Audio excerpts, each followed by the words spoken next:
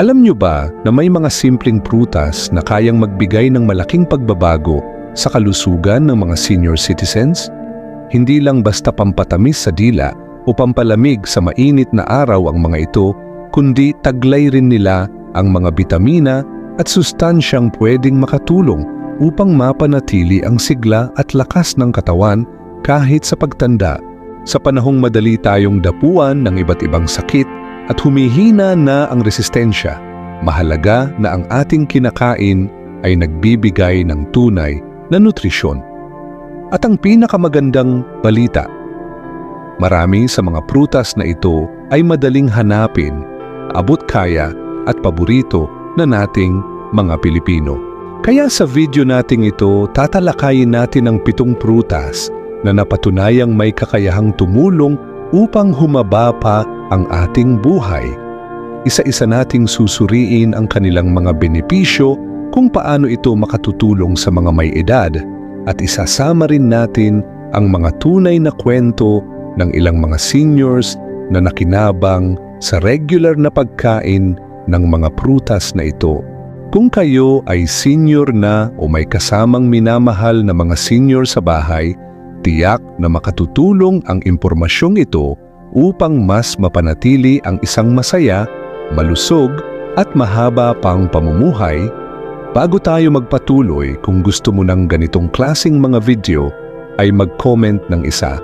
At kung hindi mo naman nagustuhan, ay okay lang mag-comment ka lang ng 0 para makagawa ako ng mas mahusay na mga video para sa inyo. Ang unang prutas ay saging. Ang saging ay isa sa pinakaabot kayang prutas na makikita sa kahit saang palengke o tindahan. Hindi lang ito pampabusog o pampatamis, kundi isa rin itong superfood para sa mga senior. Ang saging ay mayaman sa potassium na tumutulong upang mapanatiling normal ang tibok ng puso at makontrol ang presyo ng dugo. Malaki ang papel ng potassium sa pag-iwas sa alta presyon, stroke at iba pang problema sa puso.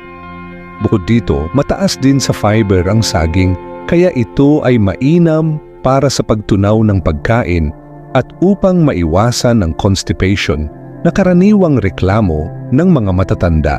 Si Aling Feli, 65 taong gulang, ay dati-rati ay madalas mahilo at hindi makadumi ng ilang araw.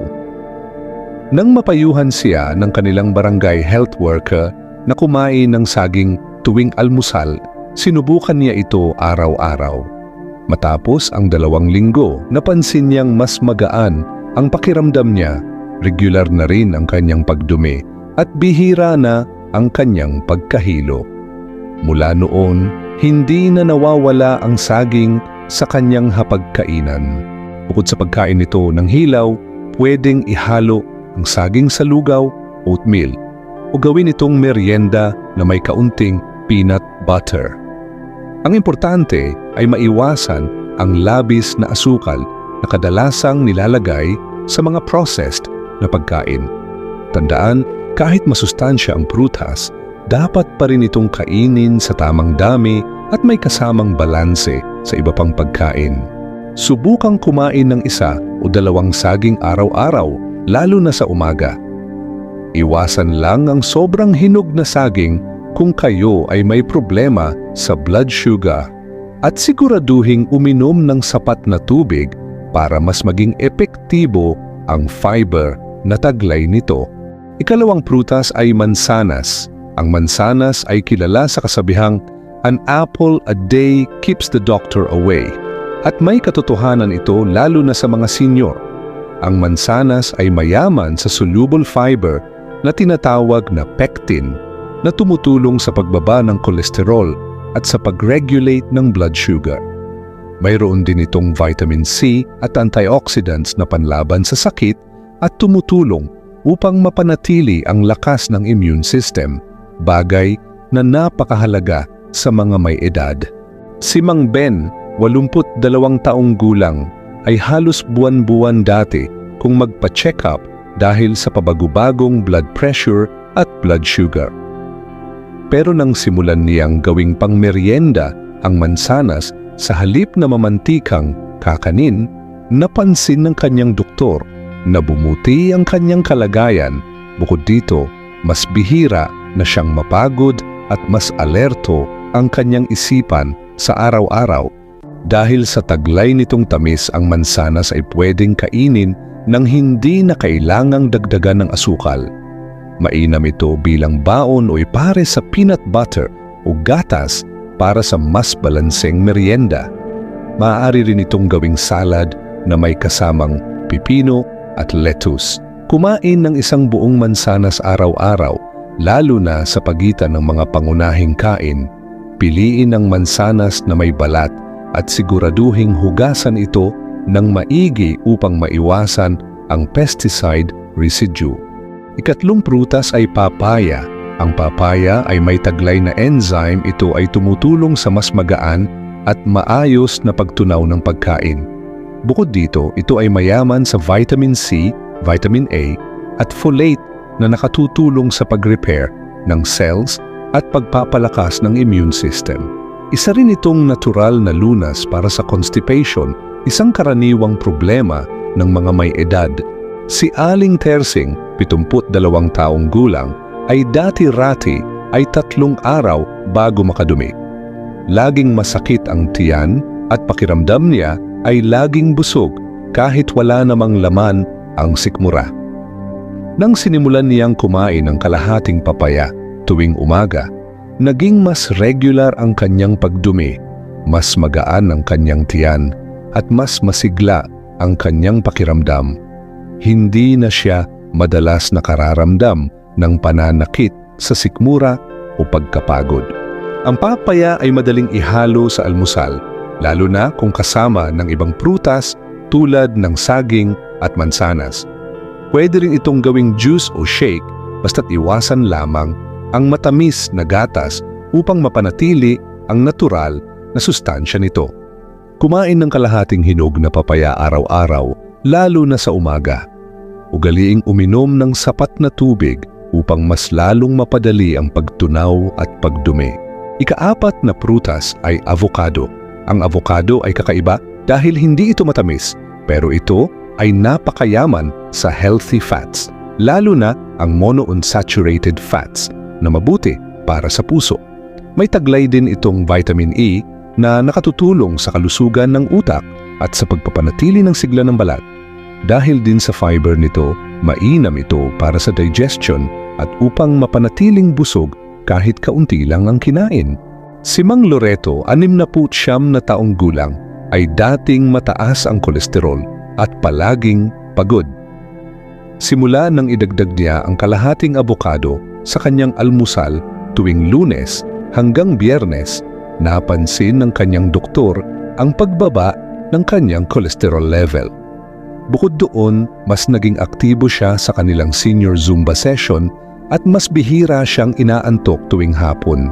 Pwedeng kainin ng abokado ng direkta, ihalo sa tinapay o gawin itong bahagi ng salad. Masustansya rin itong gawing shake, pero siguraduhing huwag haluan ng labis na asukal o condensed milk. Kumain ng kalahating abokado sa isang araw. Magandang kainin ito sa umaga upang magsilbing energy booster sa buong maghapon. Ika-5 prutas ay pakwan. Ang pakwan ay hindi lang pampatanggal uhaw, kundi puno rin ng lycopene, isang antioxidant na kilala sa pagprotekta sa puso at sa mga selula ng katawan laban sa pinsalang dulot ng free radicals. Mayaman din ito sa vitamin A at C at likas na mataas sa tubig, kaya napakainam para sa hydration ng katawan, lalo na sa mga senior na madalas nakakalimot uminom ng sapat na tubig sa maghapon. Si Aling Chita, 78 taong gulang, ay dati-rati ay madalas makaramdam ng panunuyo ng balat at pagkahilo tuwing mainit ang panahon.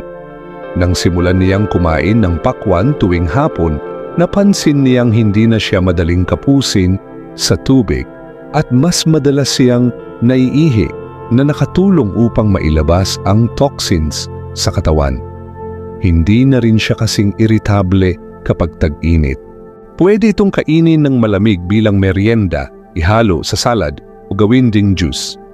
Iwasan lang ang paglalagay ng asukal o asin at siguraduhing sariwa ang pipiliing pakwan. Maganda ang isang tasa ng hiniwang pakwan araw-araw, lalo na sa tanghali o hapon.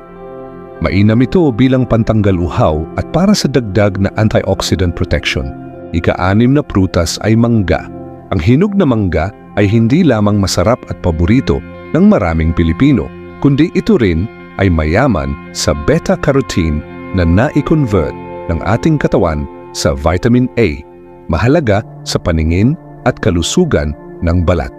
Mayaman din ito sa vitamin C, fiber, at iba pang antioxidant na tumutulong sa immune system at sa pag-iwas sa mga chronic na sakit.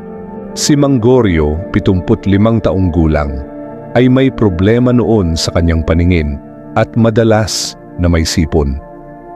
Simula nang maisama ng kanyang asawa ang hiniwang mangga sa kanilang hapunan 2 beses sa isang linggo, unti-unti nitong napansin ang pagbabago. Mas luminaw ang kanyang paningin at hindi na siya laging inuubo o sinisipon kahit panahon ng tag-ulan. Pwede itong ihalo sa salad kainin ng direkta. Ngunit mag-ingat sa sobrang pagkonsumo, lalo na kung may diabetes dahil sa natural nitong asukal. Kumain ng katamtamang laki ng hinog na mangga 2 o 3 beses sa isang linggo. Iwasan ang sobrang tamis o pagdagdag ng asukal upang mapanatili itong healthy. Ika-7 prutas ay bayabas. Ang bayabas ay isa sa pinaka-epektibo at natural na prutas na pampalakas ng resistensya. Kilala ito sa mataas na vitamin C content, mas mataas pa kaysa sa orange. Bukod dito, mayaman ito sa fiber, potassium, at iba pang nutrients na tumutulong sa digestion at pagprotekta sa puso. Si Aling Marisa, 68 taong gulang, siya ay madalas sipunin at ubuhin kahit kaunting ulan o ambon lang. Ngunit nang simulan niyang kumain ng isang bayabas araw-araw, halos 3 buwan na siyang hindi tinatablan ng ubot sipon.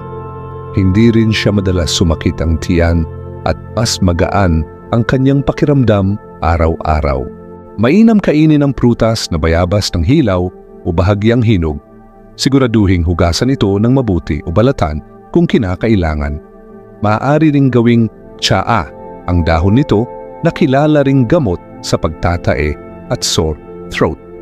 Kumain ng 1 hanggang 2 bayabas araw-araw upang mapanatili ang malakas na resistensya. Gawin itong bahagi ng inyong almusal o merienda. Ayan ang 7 prutas na madaling hanapin, abot kaya at kayang-kaya ng ating mga senior na isama sa araw-araw na pagkain. Tandaan natin, hindi kailangang mahal o imported ang pagkain para tayo ay maging malusog. Sa simpleng pagsama ng mga prutas na ito sa ating hapagkainan, makakaiwas tayo sa maraming sakit at mas mapapalakas pa natin ang ating katawan. Salamat sa panunood. Kung nagustuhan mo ang video natin ngayon ay huwag kalimutang mag-like at mag-subscribe. Pindutin mo rin ang notification bell para updated ka sa mga latest videos.